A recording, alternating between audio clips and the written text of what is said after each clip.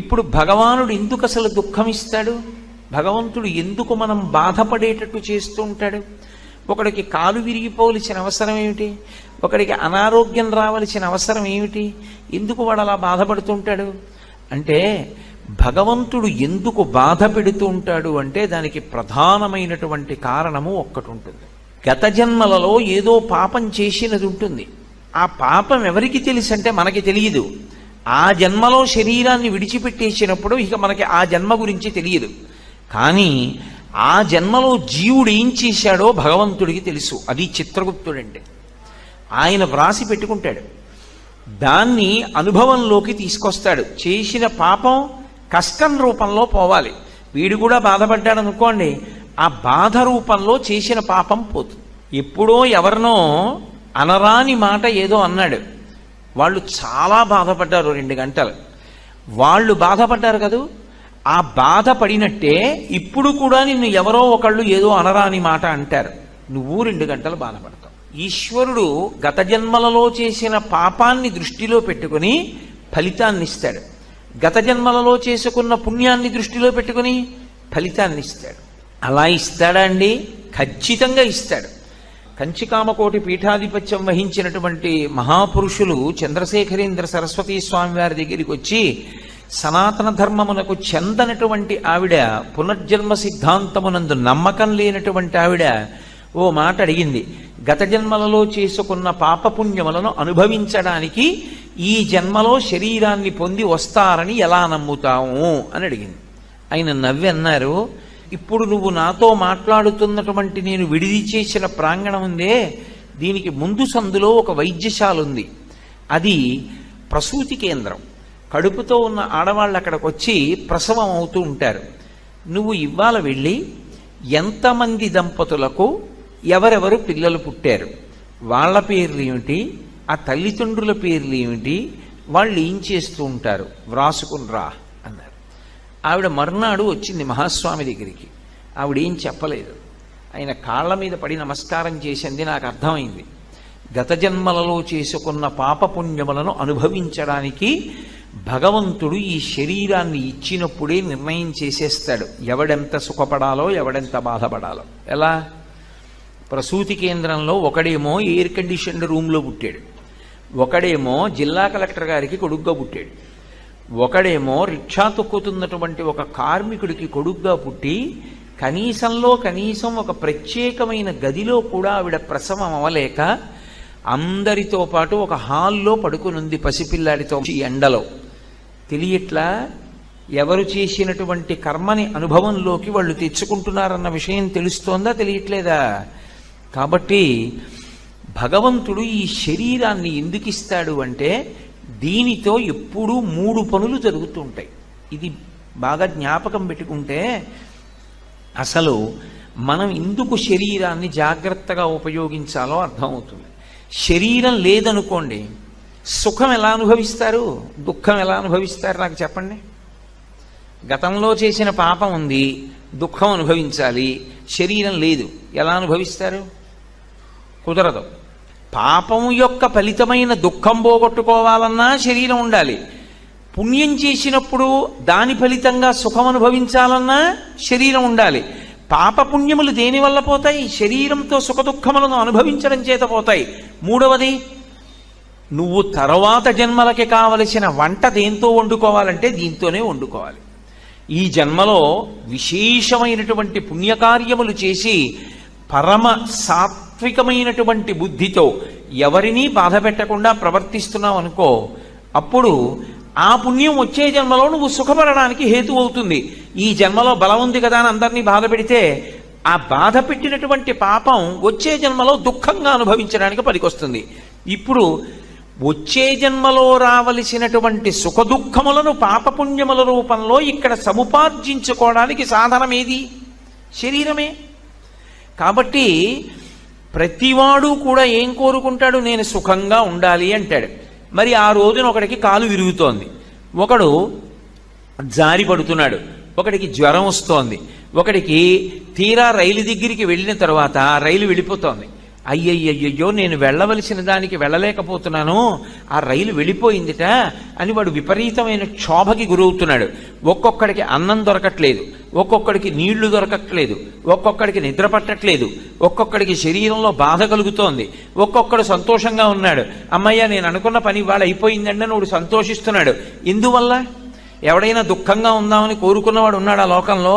మరి లేకపోయినా దుఃఖం ఎందుకు వస్తోంది అంటే ఈశ్వరుడు ఒకడు ఉన్నాడు, వాడు నొక్కుతున్నాడు ఒక పక్క నుంచి. ఎలా? గత జన్మలలో చేసిన పాపపుణ్యములను లెక్కలో పెట్టుకుని ఇప్పుడు సుఖం ఇవ్వాలా దుఃఖం ఇవ్వాలా వాడు లెక్క పెట్టుకుంటున్నాడు. మనకి తెలియదు.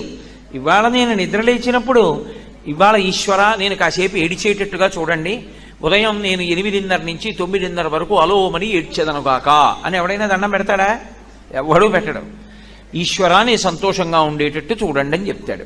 అయినా ఏడుస్తున్నాడు ఏదో సమయంలో. ఎందుకు ఏడుస్తున్నాడు? ఈశ్వరుడు ఒకడు ఉన్నాడు, వాడు గత జన్మలలో పాపాన్ని ఫలితంగా తీసుకొస్తున్నాడు, పుణ్యాన్ని ఫలితంగా తీసుకొచ్చి సుఖం ఇస్తున్నాడు. పోని కాలమును దాటగలమా మనం? అది ఈశ్వరుడు ఏదో ఉదయం 8 గంటలకి ఇచ్చాడు అనుకోండి, అయ్యయ్యో ఇప్పుడు 8 గంటలకి నేను ఈ కష్టం అనుభవించాలంటే చాలా కష్టం అండి, నాకు చాలా ముఖ్యమైన పని ఉంది, అనుభవిస్తాను, నేను కాదంటలేదు. కానీ 8 నుంచి 8:30 వరకు అనుభవించవలసినటువంటి దుఃఖాన్ని సాయంకాలం 4 నుంచి 4:30 వరకు ఇవ్వండి అని అడిగామనుకోండి, కాలం ఒప్పుకుంటుందా? ఒప్పుకోదు. కాలమునందు మాత్రమే అనుభవించాలి. ఏ సమయంలో వస్తుంది ఆ దుఃఖం, ఏ సమయంలో వస్తుంది సుఖం నువ్వు చెప్పలేవు. ఒక పక్క నుంచి కాలం నొక్కుతుంది, ఒక పక్క నుంచి భగవంతుడు నొక్కుతాడు. ఈ రెండిటికి మధ్య ఎందుకు నొక్కుడు పడుతున్నావు? గత జన్మలలో చేసిన పాపపుణ్యాలు పోనవు మనకి తెలుసా? ఏమండి నేను గత జన్మలో పాపం చేశాను, ఆ పాపం ఇవాళ బహుశా అనుభవంలోకి వచ్చే అవకాశం ఉంటుందండి నీకేమైనా తెలుసా? అది తెలియదు. మరి ఇప్పుడు ఏం చెయ్యాలని అడిగారు. అందుకే ప్రార్థనతో ప్రారంభం అవ్వాలి. ఏ కార్యక్రమమైనా ప్రార్థనతో ప్రారంభం అవుతుంది. ప్రార్థన ఈ మాట ఎందుకు వచ్చిందో తెలుసా? మీరు ఏది మొదలు పెట్టండి, ప్రార్థన చేశారా అంటారు. నేను ఇప్పుడు ఉపన్యాసం మొదలుపెట్టాను, ఉపన్యాసం మొదలుపెట్టే ముందు నేనేం చేశాను? ప్రార్థన చేసి మొదలుపెట్టాను. ప్రార్థన అంటే ఈశ్వర ఏమో గత జన్మలలో నేను పాపము చేసి ఉండవచ్చు, పుణ్యము చేసి ఉండవచ్చు, కానీ నేను చేసినటువంటి పాపం ఏదో ఉండి ఉంటుంది. ఏమీ లేకపోతే మనుష్య శరీరం ఎందుకు వస్తుంది? పాపపుణ్యాలు 2 ఉంటేనే మనుష్య శరీరం ఇస్తారు. కానీ నాకు మీరు ఒక్క ఉపకారం చేసి పెట్టండి. ఒకటి, నేను చేసినటువంటి పాపానికి నాకు ఫలితాన్ని ఇచ్చేటప్పుడు పరమదారుణమైనటువంటి ఫలితాన్ని నాకు ఇవ్వవద్దు. నేను ఏదో పెద్ద పాపమే చేసి ఉండవచ్చు, ఆ పెద్ద పాపానికి తగినంత ఫలితాన్ని మాత్రం నాకు ఇవ్వకండి. అంత పెద్ద అశుభవార్త నేను వినేటట్టుగా చేయకండి. దానివల్ల నేను తల్లడిల్లిపోయేటట్టుగా నన్ను మార్చకండి. జీవితాంతం ఏడవలసినంత పెద్ద పెద్ద శిక్షలు నాకు వెయ్యకండి. మరి నీ పాపం ఎలా పోతుంది? నన్ను అనుగ్రహించండి. నేను తప్పు చేశాను. ఎందుకు చేశాను? మీరున్నారని తెలియక చేశాను ఒకప్పుడు ఆ పాపం. ఇప్పుడు తెలుసుకున్నాను మీరున్నారని, కాబట్టి నేను చెయ్యను. ఇప్పుడు నేను ప్రయత్నపూర్వకంగా ఏ తప్పు చెయ్యట్లేదు, కానీ అప్పుడు చేశాను. ఈశ్వర మీరు నన్ను మన్నించి ఆ పాపము యొక్క ఫలితాన్ని ఇచ్చేటప్పుడు బహు తక్కువ చేసి ఇవ్వండి, నేను భరించగలిగేలా ఇవ్వండి తప్ప నేను భరించలేనంత దుఃఖాన్ని నాకు ఇవ్వకండి. ఇది నోటితో అడగక్కర్లేదు. ఈశ్వరుణ్ణి ప్రార్థన చేస్తాడు. వాడొకడు ఉన్నాడన్న నమ్మకం కలిగింది. వాడు ఉన్నాడన్న నమ్మకం ఎలా కలుగుతుంది? వాడి కంటి ముందు కనపడుతున్నాడా? కాదు, జరుగుతున్న సంఘటనల చేత నిరూపించుకుంటాడు. ఆయన్ని ప్రార్థన చేస్తే ఆయన తప్పిస్తాడు, ఆయన కాపాడతాడు, ఆయన రక్షకుడు. అందుకే తప్పకుండా భగవంతుణ్ణి ప్రార్థన చెయ్యాలి. మనకి ప్రార్థన చెయ్యడం ఎలా చెయ్యాలో కూడా చేత కాదు అంటే మన పనుపున మన కోసమని శంకరాచార్యుల వారు ప్రార్థన చేశారు. ప్రార్థన చేసి లోకానికి అంతటికీ కూడా చదువుకోవలసినటువంటి అద్భుతమైనటువంటి స్తోత్రాన్ని ఇచ్చారు. చాలా తేలిక మాటలతో ఉంటుంది. షట్పదీ స్తోత్రమని, అది నాకు నోటికి రాదండి, నేను ఎప్పుడూ చదవలేదండి అంటే అంతకన్నా దారుణమైన విషయము లోకంలో ఇంకొకటి లేదు. షట్పదీ స్తోత్రం వచ్చి ఉండాలి. ఒకవేళ రాకపోతే కనీసంలో కనీసం షట్పదీ స్తోత్రం తప్పకుండా ఇంట్లో ఉండాలి. ఇంట్లో ఉండి ప్రతిరోజు చదువుకోవాలి. చాలా తేలికగా ఉంటుంది షట్పదీ స్తోత్రం. అవినయమపనయ విష్ణోహో అని ప్రారంభం అవుతుంది. అది రోజు భగవంతుడి దగ్గర చెప్పాలి. భగవంతుడి దగ్గర చేరేటటువంటి 4 రకములైనటువంటి భక్తులు కూడా ఆర్తో జిజ్ఞాసురర్థార్థి జ్ఞానీచ భరతర్షభ, నలుగురు ప్రార్థన చేయవలసినదే.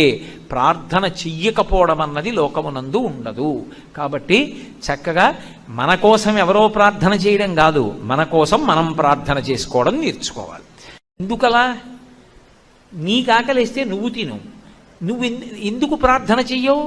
చక్కగా నువ్వు ప్రార్థన చేసుకో భగవంతుణ్ణి. ఎప్పుడో ఏడాదికో 2 ఏళ్లకో ఎవరో వచ్చి నీకోసం ప్రార్థన చేయడం ఏమిటి? నువ్వే రోజు చేసుకో, నువ్వే ప్రతి గంట చేసుకో, క్షేమంగా ఉంటావు. ధనము తనంత తానుగా చెడ్డది ఎప్పుడూ కాదు. డబ్బుండడం ఎప్పుడూ చెడ్డ కాదు. కానీ ధనముని ఎలా సంపాదిస్తున్నామన్నది మాత్రం చాలా ముఖ్యం. డబ్బు సంపాదించవద్దన్నది లోకంలో ఏ శాస్త్రము చెప్పలా. డబ్బు సంపాదించవద్దు అని చెప్పలేదు సరికదా. డబ్బు సంపాదించకపోతే పాడైపోతావు, డబ్బు సంపాదించాలని చెప్పారు. కానీ మీరు ఇక్కడ ఒక్క విషయాన్ని జ్ఞాపకం పెట్టుకోండి. డబ్బు సంపాదించడం అనేది ఎంత ముఖ్యమో, సంపాదించిన డబ్బు వలన అహంకారం పెరగకుండా ఉండడం కూడా అంతే ముఖ్యం. ఎందుకో తెలుసా? తొందరగా మనిషికి అహంకారాన్ని కల్పించగలిగినది ఏది అంటే డబ్బే. రామకృష్ణ పరమహంస ఒక ఉదాహరణ చెప్తుండేవారు. ఒక మహారాజు గారు భద్రగజం ఎక్కి వెళ్ళిపోతున్నాడు. ఆ కింద ఓ పెద్ద కన్నం ఉంది. ఆ కన్నంలో కప్ప ఒకటి ఉంది. ఆ కప్ప పైకి వచ్చి, కప్ప కాలు ఎంతంటే ఎంత ఉంటుందండి? ఎంత పెద్ద కప్ప అయితే మాత్రం ఇంత ఉంటుంది. ఇంత పెద్ద కప్ప అయితే దాని కాలు ఇంత ఉంటుంది. అది ఏం చేసిందంటే, రాజుగారు ఏనుగెక్కి వస్తున్నాడు. ఎదురైన చౌతన మదకరీంద్రము డిగ్గికేలు తనసగి ఎక్కించుకొని అంటాడు అలసాని పెద్దనగారు. అలా ఏనుగు మీద వస్తున్నాడు. ఈ కప్ప కన్నంలోంచి బయటికి వచ్చి కాలెత్తింది. ఏయ్ ఏనుగా, పక్కకి పో, ఇక్కడ నేనున్నానని తెలీదా? ఇలా వస్తున్నావు?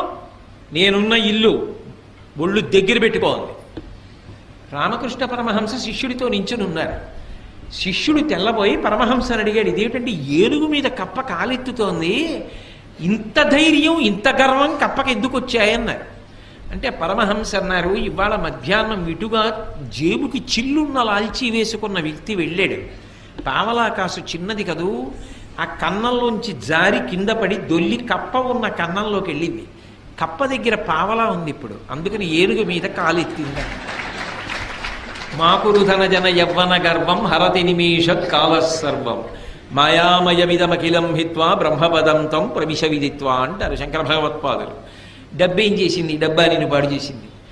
ఎంత ఐశ్వర్యమున్నా పరమ వినయ విధేయతలతో ప్రవర్తించినటువంటి గొప్ప గొప్ప చక్రవర్తులు లోకంలో లేరు. వాళ్ళకేమైనా దోషం వచ్చిందా? ధర్మరాజు గారు ఎంత ధార్మికంగా ఎంత వినయంగా ప్రవర్తించాడు.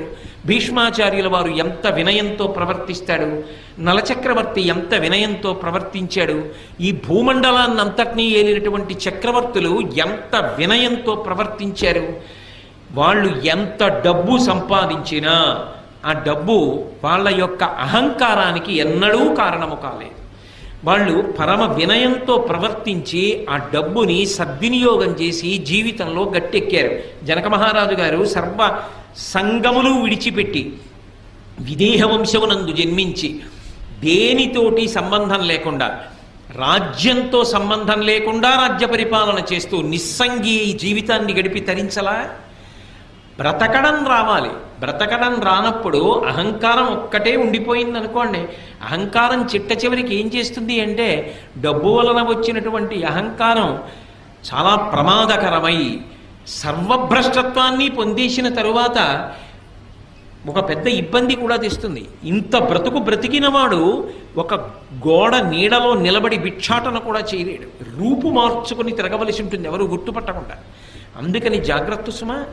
ఒకడికి డబ్బుంది, వాడు కించిత్ కూడా పాడవలేదు. వాడి కించిత్ కూడా పాడవకుండా ఆ ద్రవ్యాన్ని చక్కగా వినయ విధేయతలతో దాన ధర్మాలకి ఖర్చు పెడుతూ, ఇదంతా పరమేశ్వరుడిచ్చింది నాది కాదు, ఈశ్వరుడిదన్న భావనతో పరమ ఉద్దికగా జీవితం చేశాడు.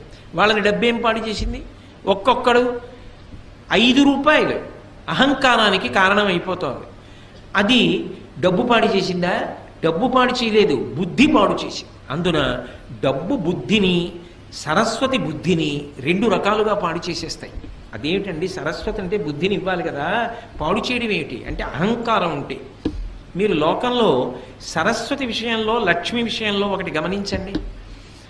మీ దగ్గర చాలా డబ్బు ఉందండి, మీ వ్యాపారంలో బాగా లాభాలు వస్తున్నాయి అన్నారనుకోండి, ఏమి లాభాలండి, ఏదో పెద్దవాళ్ళు చేసిన వ్యాపారం మూసేస్తే బాగుండదని చేస్తున్నాం, వడ్డీ డబ్బులు వస్తే గొప్పగా ఉందండి మా వ్యాపారం, ఇప్పుడు ఏమొస్తుందంటారు ఇందులో అంటాడు.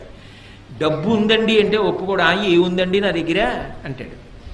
మీకు సరస్వతీ కటాక్షం లేదండి, మీకు తెలియదు, అయ్యా నా మాట వినండి, మీరు చదువుకోలేదు కదా, మీకు ఈ విషయం తెలియదు కదా, మీరు ఎందుకు మాట్లాడతారు దాని గురించి అన్నాను అనుకోండి, అత్తేరి నీకేం తెలుసు అని చర్చ విరిగి పెడతాడు.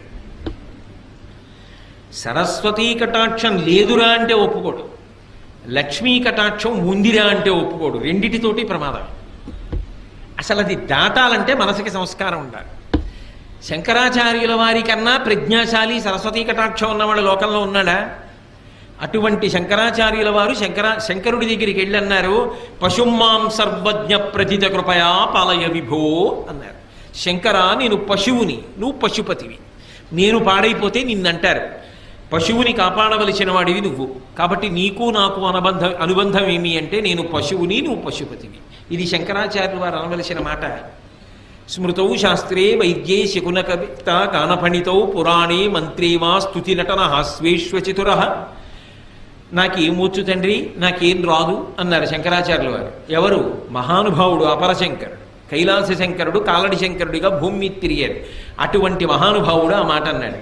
మనం దేనికి గర్వపడాలి, దేనికి అహంకరించాలి? ఒక్కొక్కసారి కొన్ని చాలా చమత్కారంగా ఉంటాయి. నేను విశాఖపట్నంలో చదువుకునే రోజుల్లో ఒకసారి అకస్మాత్తుగా వాకాటు పాండురంగారావు గారని మహానుభావుడు, చాలా గొప్ప వ్యక్తి, చాలా గొప్ప వ్యాసాలు రాసేవారు ఆయన మాకు కల్చరల్ హెరిటేజ్ ఆఫ్ ఇండియా అని, అది కంపల్సరీ పేపర్, అన్ని కోర్సుల వాళ్ళు చదవాలి. ఆ పేపర్ మాకు ఆయన వస్తుండేవారు వారానికి ఒకసారి. ఆయన పాఠం అంటే చెవి కోసుకునే వాళ్ళం, అంత బాగా మాట్లాడేవారు ఆయన మాట్లాడుతూ వాట్ ఈజ్ ఎడ్యుకేషన్ అని అడిగారు. వాట్ ఈజ్ ఎడ్యుకేషన్ అంటే ఒక్కొక్కళ్ళు లేచి ఒక్కొక్కటి చెప్పారు. ఒక ఆయన మాత్రం లేచి చెప్పింది నాకు ఇప్పటికీ జ్ఞాపకం ఉండిపోయింది. ఆయన అన్నాడు, knowing that you are ignorant is education. నాకేమీ తెలియదని తెలుసుకోవడమే చదువుకోవడం. ఆయన సాధారణంగా పాఠం చెప్పేవాళ్ళు కొంచెం ఎత్తైన వేదిక మీద కదా నించుంటారు. ఆయన చేతిలో డస్టర్ టేబుల్ మీద పెట్టేసి కిందకి దిగొచ్చి ఆ చెప్పిన వాడిని గట్టిగా కౌగలించుకొని, చాలా బాగా చెప్పావోయ్ అన్నాడు. ఎవరు ఏమిటి మీకు అనవసరం, నాకు అనవసరం, నాకు మాత్రం పేర్లు గుర్తుంటాయా? ఎంతకని గుర్తుంటాయి, ఎప్పుడో చదువుకున్న చదువు. కాబట్టి నాకేమీ తెలియదని తెలుసుకోవడం చదువు. ఎందుకనంటే మీరు ఒకటి ఆలోచించండి, చాలా తెలుసు అన్నాడు అనుకోండి, ఆయన్నో గ్రంథాలయంలోకి తీసుకెళ్ళి నించోపెట్టి ఇందులో మీరు చదివినవక్కర్లేదు, ఇందులో ఉన్న పుస్తకాలు ఏవి చెప్పగలరా? అయితే ఎవరైనా చెప్పగలరా? ఒక గ్రంథాలయంలో ఎన్ని పుస్తకాలు ఉన్నాయో అవి ఏవేం పుస్తకాలో కూడా తెలియదు. అవన్నీ చదవడానికి, చదివిన జ్ఞాపకం పెట్టుకోవడానికి, జ్ఞాపకం పెట్టుకున్న జీర్ణం అవ్వడానికి ఎన్ని జన్మలు కావాలి? ఏం తెలుసునని తెలుసు అంటాం. చదువుకున్న కొద్దీ తెలిసేది ఏదంటే నాకు తెలియనివి చాలా ఉన్నాయని తెలుస్తుంది. అప్పుడు అహంకరించడానికి ఏముంది? మిడిమిడి జ్ఞానం అంటారు. నా బోటిగాడు ఉంటాడే, ఏదో ఓ పద్యం ఓ శ్లోకమో నేర్చుకుని నా అంత గొప్పవాడు ఎవడని గర్వపడుతూ ఉంటాడు. అది నిజమైన సరస్వతీ కటాక్షం కాదు. నిజమైన సరస్వతీ కటాక్షం ఉన్నవాడు నాకేం తెలుసండి, నాకేమొచ్చండి, మహాతల్లి పరదేవత ఆవిడ పలికించిందంతే, నేను చేసింది, నేను నేర్చుకున్నది, నేను సాధించినది ఏమీ లేదంటాడు. అది వినయం. అందుకే సరస్వతీ కటాక్షము ఉండడం కాదు, సరస్వతీ కటాక్షము నీ వినయమును పెంచుతున్నదా. నాకేం తెలుసండి అన్ననాడు నువ్వు వినయంగా ఉంటావు, నాకేం తెలియదండి అన్ననాడు అయ్య బాబోయ్ నేను పట్టుకోగలరా ఎవరైనా? అప్పుడు ఆయన పని ఏమిటంటే 24 గంటలు అవతల వాళ్ళు తప్పులు వెతుకుతూ ఉండడం. అలా వెతకడం ఒక అహంకారానికి కారణమై పతనమైపోవడానికి కారణం అవుతుందా అవదా? అది నాకేం తెలుసండి అని ఊరుకోవాలి అంటే అది నిజమైన సరస్వతీ కటాక్షం. అందుకే ఒకటి బాగా అభ్యాసం చేస్తే తప్ప రాదు, పుట్టుకతో వచ్చేది కాదు, అది వంశంలాగా. అది కష్టపడి చదవాలి. ఆయన బాగా చదువుకున్నవారు, ఎన్నో తెలుసున్నవారు అన్న పేరున్న నువ్వు త్రికరణ శుద్ధిగా, నోటి మాటగా కాదు, నేనేం చదువుకున్నానండి, నేనేం నేర్చుకున్నానండి, మహానుభావులు ఎంతమంది ఉన్నారు, వాళ్ళతో పోలిస్తే నా జీవితం ఏం గొప్పది అనగలగాలంటే నీకు ఎంతో వినయం ఉండాలి. అంత వినయం ఉంటే తప్ప నువ్వు ఆ మాట అనలేవు. అది ఉత్తముడికి గౌరవాన్ని పెంచింది, నడవడిని ఇంకా ఇంకా వృద్ధిలోకి తెచ్చింది. అదే సరిగ్గా వాడుకోవడం రాకపోతే అదే సరస్వతీ కటాక్షం అహంకారానికి పనికొచ్చి సర్వనాశనం అవడానికి పనికొచ్చి. చదువుకోవడం కాదు, చదువు కన్నా సంస్కారము గొప్పది. ఆ సంస్కారము మనసులో బాగా ఏర్పడే ప్రయత్నం చేసుకో. అందుకే పూర్వం చదువుతో పాటుగా సంస్కారం నేర్పేవారు, నీతిశాస్త్రం నేర్పేవారు, నీతిశాస్త్రంలో 4 శ్లోకాలు నేర్పేవారు, చక్కగా 4 మంచి మాటలు చెప్పేవారు. వారానికి ఒక్కసారైనా నీతి అని ఒక ప్రత్యేకంగా ఒక తరగతి ఉండేది, అందులో మంచి మాటలు చెప్పేవారు. దాంతో శీల వైభవాన్ని ఊంచుకునేవాడు. లేకపోతే ఏమైపోతుంది, ఈ చదువే రేపొద్దున్న నీ అధికార స్థానాన్ని నిర్ణయించేస్తుంది. ఒక 10వ తరగతి చదువుకున్నవాడు ఒక స్థానంలో ఉంటాడు, పట్టభద్రుడైన వాడు ఒక స్థానంలో ఉంటాడు, ఐఏఎస్ చదువుకున్నవాడు ఒక స్థానంలో ఉంటాడు, గొప్ప వైద్యం చదువుకున్నవాడు గొప్ప వైద్య నిపుణుడై వైద్యుడిగా ఉంటాడు, సాంకేతిక రంగంలో పురోభివృద్ధి చెందినవాడు ఆనకట్ట కట్టడానికి ఎడతాడు. నువ్వు ఏం చదువుకున్నావన్నది కాదు, నువ్వు చదువుకున్న దాని వల్ల నువ్వు ఉన్నతమైన స్థానమునకు వెడతావు. ఉన్నతమైన స్థానములో ఉన్నవాడు ఉన్నతంగా నిలబడి సమాజపు విలువలను నిలబెట్టగలిగిన వాడు అయి ఉండాలి. ఆ స్థానమే ఎలకలా కన్నాలు పెట్టడానికి పనికొస్తే ఇక నీ వలన సమాజమునకు విలువ ఏం కలుగుతుంది? అప్పుడు భద్రం పోలా. సర్వే వేదవిద శూరాః సర్వే లోకహితే రతాః సర్వే జ్ఞానోపసంపన్నాః సర్వే సముదితా గుణైః అంటారు రామాయణం బాలకాండలో. ఎంత చదువుకున్నావో, ఎంత పెద్ద స్థానంలో ఉన్నావో అంతగా లోకము యొక్క హితము గురించి కూడా ఆలోచించగలిగిన పెద్ద మనసు ఉండాలి. అది లేకపోతే ఇదంతా నా అభివృద్ధికే పనికి రావాలి అన్న భావన నిలబడిపోయిందనుకోండి, అది ఏమవుతుందంటే స్వార్థమునకు మాత్రమే పనికొస్తుంది. అప్పుడు దాని వలన సమాజము భ్రష్టమైపోతుంది. అలా కాకుండా ఉండాలి అంటే నీ సరస్వతీ కటాక్షము కానీ, నీ లక్ష్మీ కటాక్షము కానీ, నీ వంశము కానీ ఏదైనా సరే నిన్ను వృద్ధిలోకి తీసుకురావడానికి పనికొచ్చేదై ఉండాలి.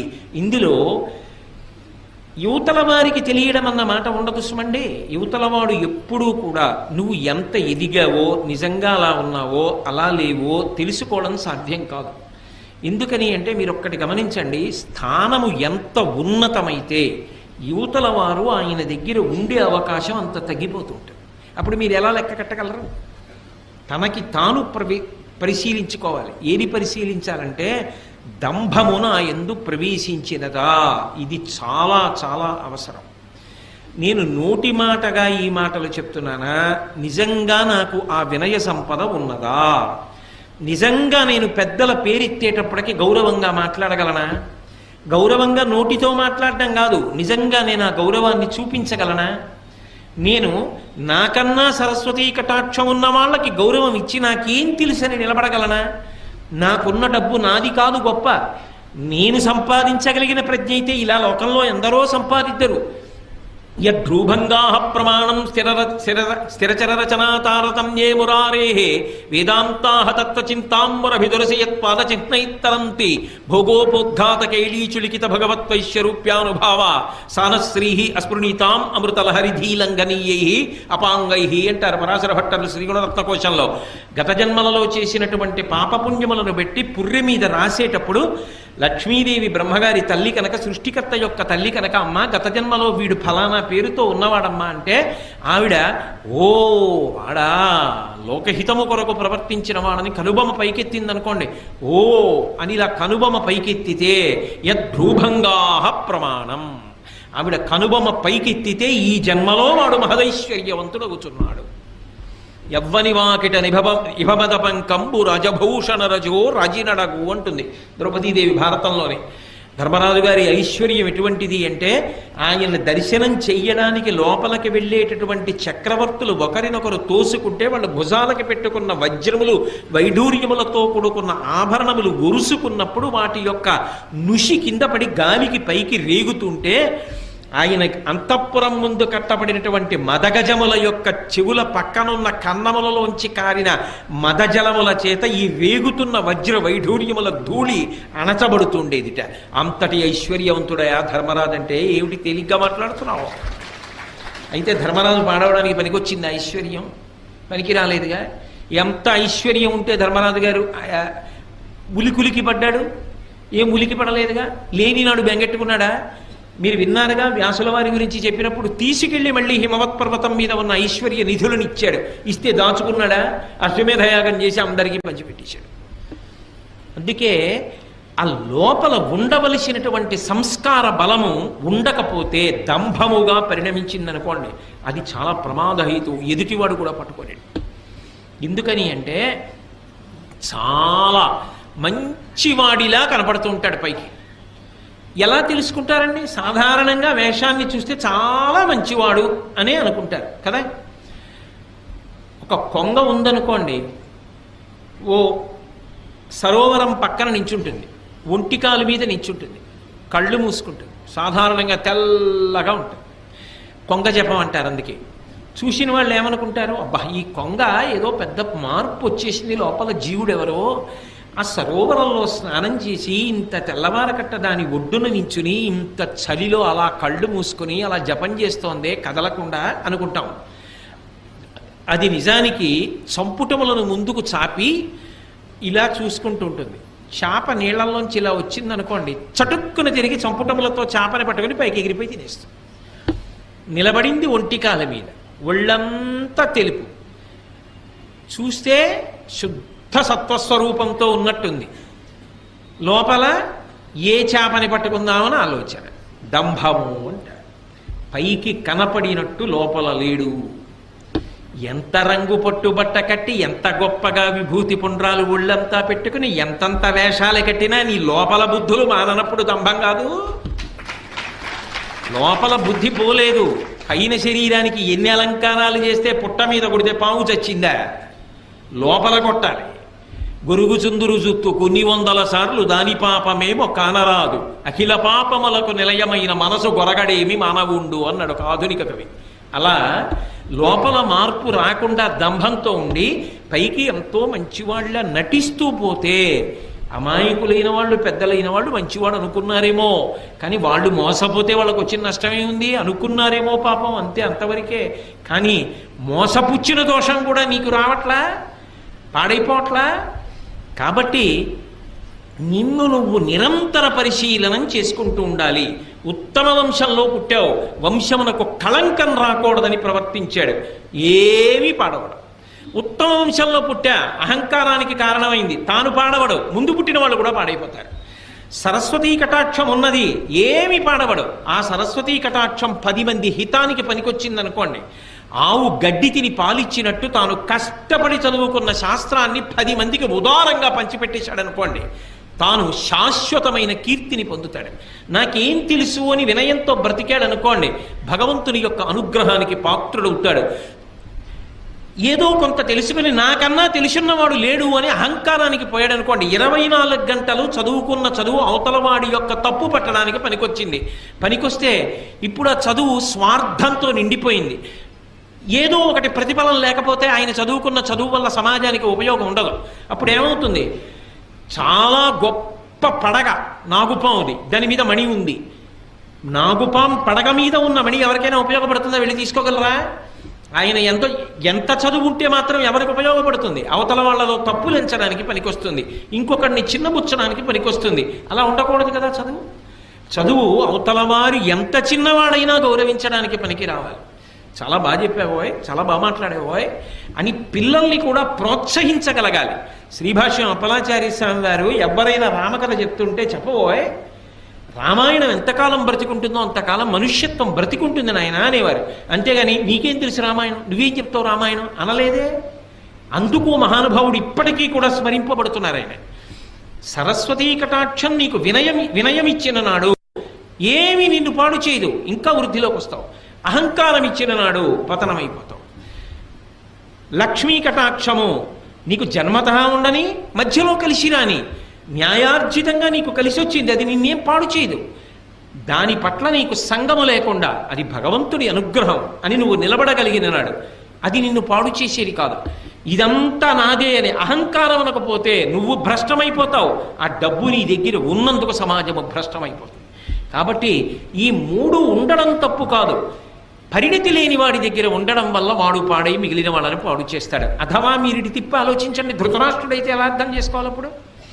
ఇవి ధర్మరాజు గారి దగ్గర ఉంటే ఏం చేశాయి? ఏం చేయలే. దుర్యోధనుడి దగ్గర ఉంటే ఏం చేస్తున్నాయి? సర్వనాశనం చేస్తున్నాయా? ఆ వంశంలో పుట్టబట్టి కదూ నేను యువరాజుని, నాకే రాజ్యం కావాలి, ధర్మరాజు ఉండకూడదు అని విపరీత బుద్ధులు పుట్టాయి. అదే వంశంలో పుట్టిన ధర్మరాజు గారైతే జూదంలో ఓడిపోయాను, ధర్మానికి కట్టుబడి అరణ్యవాసానికి వెళ్ళిపోయాడు. అది మాయాజూదం అని తెలుసున్నా కూడా ధర్మము చేత కట్టుబడిన వాడు వంశగౌరవాన్ని నిలబెట్టడానికి వెళ్ళిపోయాడు. ధర్మమునకు కట్టుబడకుండా వంశమునందు పుట్టినవాడు వంశ భ్రష్టత్వానికి కారణమయ్యాడు. సరస్వతీ కటాక్షమున్న వ్యాసుడు లోకహితానికి పనికొచ్చాడు. కించిత్ సరస్వతీ కటాక్షమున్న అహంకారం కలిగిన వాళ్ళు భ్రష్టులైపోతారు. అర్జునుడి కన్నా ఏ విలువిద్య తెలుసని, నా దగ్గర విలువిద్యుంది, నా దగ్గర విలువిద్యుంది, అర్జునుడిని మట్టు పెట్టేస్తానని బయలుదేరిన కర్ణుడి చివరికి దుర్యోధనుని కూడా నాశనం చేశాడు కదా. ధనము అంతే కదా. కాబట్టి ఉండడం తప్పు కాదు, నీ మనసుకి పరిణతి లేకుండా అవి నీ దగ్గర ఉంటే పాడు చేస్తాయి. పరిణతి ఉంటే ఈ మూడు నిన్ను ఉద్ధరణ వైపుకి తీసుకెడతాయి. ఇది బాగా జ్ఞాపకం పెట్టుకోవలసిన విషయం సుమా. కాబట్టి నీకు ఇవి కలిగిన అహంకారమును పొందవద్దు. అవి నీ ఆరోగ్యవంతమైన భయమునకు కారణమై నువ్వు మరింత బాగా బ్రతకడానికి హేతువులు కావాలి. కాబట్టి ధనమును, విద్యయు, వంశంబును దుర్మతలకు మదం బొనరించును, సజ్జనులైన వారి కడకువయును వినయం ఇవియ తెచ్చు ఉర్వీనాథ. ఇవే ఒకడికి వినయాన్ని తెచ్చేయి, ఒకడికి అహంకారాన్ని తెచ్చేయి. బాగా అర్థం చేసుకో, నీ మనసుని శుద్ధి చేసుకో.